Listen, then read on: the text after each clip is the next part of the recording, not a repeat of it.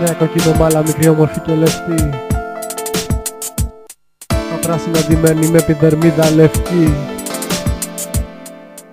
Χαμογέλα και μηνιάς όλος μου ο κόσμος φωτίζεται.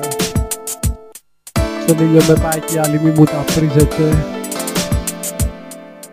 Είναι για μένα εκείνη μία και δεν θέλω άλλη καμία. Θέλω να κάνω μαζί της ό,τι δεν έκανα ποτέ, κάθε ανομία. Ας είμαι στη ζυγή αιώνιος έφηβος, ένα μικρό παιδί. Για τη μικρή μου πεταλούδα θέλω να μεγαλώσω επειδή είναι το ξωτικό μου, η μικρή μου, η γλυκιά μου νηρίδα. Είναι τελικά τόσο πανέμορφη όπως λένε όλα τα παραμύθια. Το ξέρω αυτό καλά, πολύ καλά, γιατί στα όνειρά μου την είδα.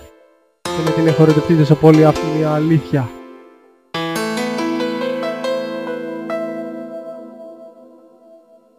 Ξωτικό μου εσύ, μικρή μου γλυκιά μου νηρίδα.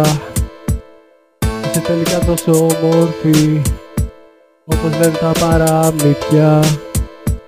Το ξέρω γιατί στα όνειρά μου μια νύχτα σε είδα. Και να σε έχω ερωτευτεί, είναι τόσο αλήθεια.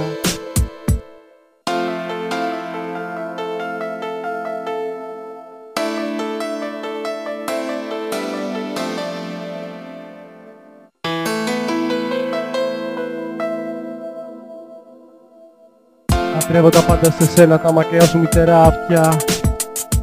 Τα ροζ τα χείλη και η ματιά σου που μοιάζει με φωτιά.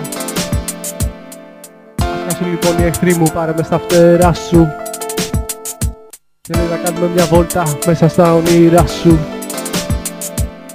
Και τη χώρα που ποτέ να την κάνουμε του πάντα. Μια χώρα που θα χωράει τις δυο μας για πάντα.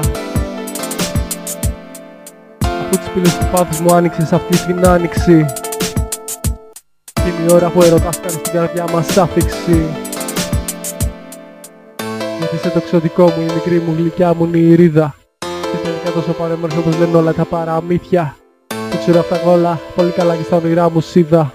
Και δεν σε έχω ερωτευτεί τόσο πολύ, αυτή είναι η αλήθεια.